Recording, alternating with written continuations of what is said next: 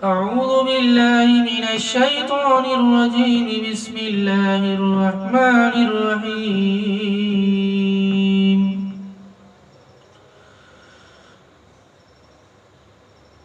وأنفقوا في سبيل الله ولا تلقوا بأيديكم إلى التهلكة وأحسنوا إن الله يحب المحسنين۔ میرے بھائی ایک گزارش ہے، بہت سے حضرات یہ سمجھتے ہیں کہ یہ ویڈیو انگلش میں ہے، حالانکہ انگلش میں صرف قرآن شریف کا ترجمہ رہتا ہے، بقیہ مکمل ویڈیو اردو میں ہی رہتی ہے۔ بہت سارے حضرات ابھی تک یہ شکایت کر رہے ہیں، سنتے ہی نہیں، تھوڑا سا دیکھتے ہیں، سمجھتے ہیں کہ انگلش میں آگے بڑھ جاتے ہیں، نظر انداز کر دیتے ہیں۔ ایسا نہ کریں۔ وَأَنفِقُوا فِي سَبِيلِ اللَّهِ and spend in the way of Allah and don't throw yourselves with your hands. وَأَحْسِنُوا and do good. إِنَّ اللَّهَ يُحِبُّ الْمُحْسِنِينَ Indeed Allah loves the good doers. اللہ تعالیٰ کے راستے میں خرچ کرتے رہا کرو اور اپنے آپ کو ہلاکت میں اپنے ہی ہاتھوں سے نہ ڈالا کرو، اور نیکیاں کرتے رہا کرو، اس لیے کہ اللہ تعالیٰ نیکیاں کرنے والوں کو پسند فرماتے ہیں۔ اللہ کی نظر میں وہ بندہ لاڈلا ہو جاتا ہے، نور نظر بن جاتا ہے۔ میرے بھائی، پیسہ ایک ایسی چیز ہے کہ پیسے سے بھی خدا تعالیٰ کو راضی کیا جا سکتا ہے، بلکہ اللہ پاک راضی ہوتے ہیں۔ ہم تو نماز کو ایک عبادت سمجھتے ہیں، روزے کو عبادت سمجھتے ہیں، زکوٰۃ کو بہت کم لوگ عبادت سمجھتے ہیں، قربانی کو سمجھتے ہیں عبادت، قرآن کریم کی تلاوت عبادت سمجھتے ہیں، حج کو ایک عظیم عبادت سمجھتے ہیں، لیکن جیب سے پیسے کو نکالنا بہت کم لوگ عبادت سمجھتے ہیں۔ پیسے سے بھی اپنے مالک کو راضی کیا جا سکتا ہے۔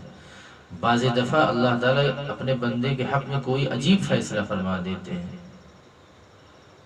کل اس کا ایکسیڈنٹ ہو جانا ہے، مر جانا ہے، لیکن بعض دفعہ اللہ تبارک و تعالیٰ اس کو صدقے کی توفیق دے دیتے ہیں اور وہ بندہ اس غصے سے بچ جاتا ہے، اور اللہ پاک اپنا فیصلہ بدل دیتے ہیں۔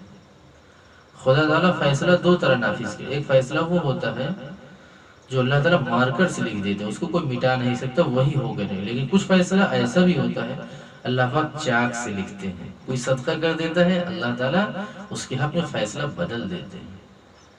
تو صدقے میں کیا ہوتا ہے؟ انسان پیسہ خرچ کرتا ہے، تو پیسے میں بھی ایک طاقت ہے، ایک قوت ہے، اور پیسے کے ذریعے سے بھی اللہ تبارک و تعالیٰ کی رضا حاصل کی جا سکتی ہے۔ پیسہ خرچ کرنے سے بھی خدا تعالیٰ خوش ہوتے ہیں، اور یہ ایک بڑی عبادت ہے جس کو بہت ہی کم لوگ سمجھنے کے لیے تیار ہیں۔ دیکھیے بھائی، جب تک آپ زندہ ہیں مال پر آپ کا قبضہ ہے، آپ جتنا چاہیں صدقہ کریں، آپ کا سب کچھ ہے، لیکن جس دن آنکھ بند ہو جائے یقیناً پھر آپ کا بس نہیں چلے گا، اس لیے کہ ملکیت اب آپ کی نہیں رہی، کوئی اس ملکیت کا مالک کوئی دوسرا ہو گیا اور اس کے نام وہ ملکیت چڑھ گئی۔ اس لیے جب تک آپ زندہ ہیں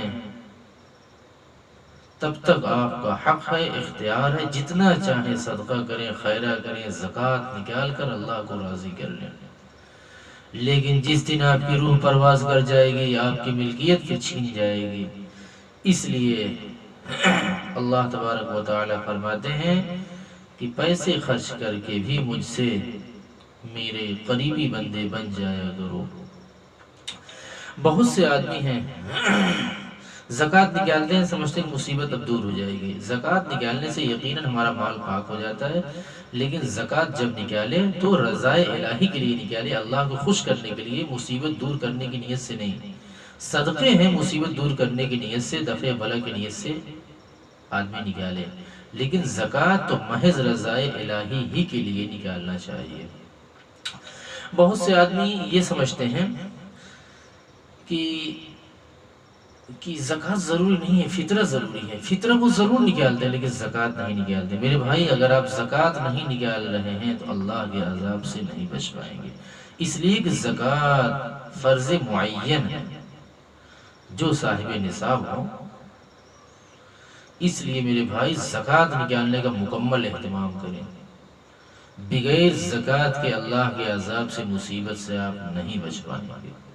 بہت سے لوگ ہیں فطرت ضرور نکالیں گے اور سمجھتے ہیں کہ فطرت بہت بڑا حق ہم نے ادا کر دیا، لیکن اس سے بڑا حق میرے بھائی وہ زکوٰۃ ہے، اور زکوٰۃ یہ حق اللہ ہے، خدا کا حق ہے، پھر خدا تعالیٰ کے حق ہو کر بندے کے حق تک پہنچ جاتا ہے۔ ورنہ پھر آپ یہ مال کا میل جب کھائیں گے تو آپ کے بدن میں یہ جائے گا تو ٹیومر بنائے گا، گانٹھ بنائے گا، کینسر بنائے گا، مختلف بڑی بڑی بیماریوں کا ذریعہ بنے گا، پھر آپ کو ڈائلسس کرانا ہوگا، پھر نہ معلوم کیسی کیسی بیماریاں ہوں گی، آپ خوب سمجھتے ہیں۔ میرے بھائی نبی کریم صلی اللہ علیہ وسلم رمضان کریم کے مہینے میں سخاوت کا دریا بن جایا کرتے تھے۔ اگر ہم سب دریا نہیں بن سکتے تو اتنا بن سکتے ہیں نا کہ ہمارے اوپر جو فرض ہے، جو بیچارے پیاسے ہیں، ضرورت مند ہیں، انہیں ہم پانی پلا دیں، 40واں حصہ نکال کر ہم اپنے گھر سے باہر کریں اور ان کے ہاتھوں میں پہنچا دیں۔ لاک ڈاؤن یہ ایسا موقع ہے میرے بھائی، ہمیں تو لگ رہا ہے ہم لوگوں کو ہم ہی لوگوں کو زکوٰۃ پہنچانا پڑے گا۔ یقیناً یہ فریضہ ہے، اگر ہم خود ضرورت مندوں تک پہنچائیں گے تو یقیناً ہمارا ثواب بڑھ جائے گا۔ اور اصل طریقہ ہے بھی یہ فریضہ ہے۔ مسجد میں نماز پڑھنے ہم لوگ آتے ہیں، مسجد ہمارے گھر پہ تھوڑا جاتی ہے، جہاں رہتے مسجد وہاں پہنچ جائے۔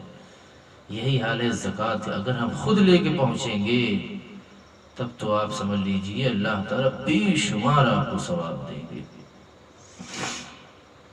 بہت سے لوگ کہتے ہیں ہم نے بہت کچھ دے رکھا، بھائی جب کوئی آتا رہتا ہے دیتے رہتے ہیں۔ ابھی ہم نے مسجد کو ایک ٹرالی جو ہے اینٹیں دیا ہے، بالکل آپ اینٹ دے رکھے ہیں، سب کچھ ٹھیک ہے، لیکن زکوٰۃ تو نہیں نکال رہے ہیں۔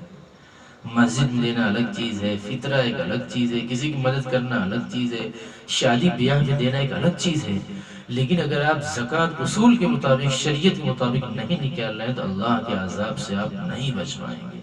مسجد میں آپ 10 ٹرالی اینٹیں دیں، لیکن اگر آپ زکوٰۃ نہیں دے رہے ہیں، چاہے 5,000 بن رہا ہے، تو یقیناً آپ اللہ کے عذاب سے، ناراضگی سے بچ نہیں پائیں گے۔ میرے بھائی آپ سب سے پہلے زکوٰۃ نکالنے کا اہتمام کریں، شریعت اور اصول کے مطابق، باقاعدہ طے کر کے، متعین کر کے، کیلکولیٹر کر کے، ایک دم کنفرم کر کے، تب جا کر آپ کی زکوٰۃ ادا ہوگی۔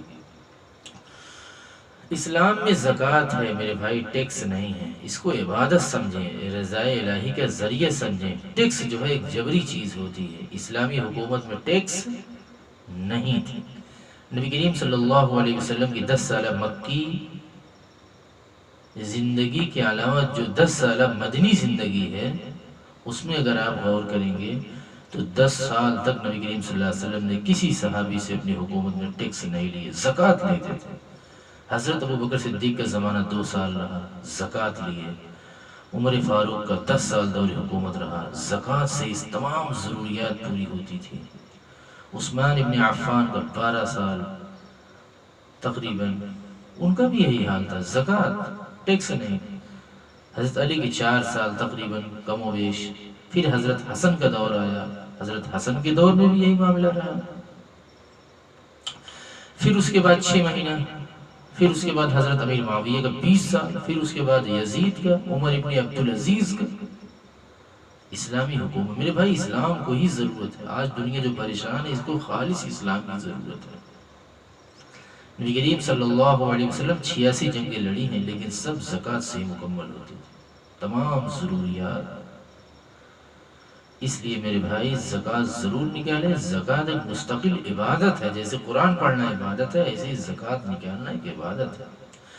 ورنہ پھر یہ مال کا میل ہمارے مالوں میں ملے گا، پھر اس کو جو ہے بربادی کا، بیماری کا ذریعہ بنائے گا۔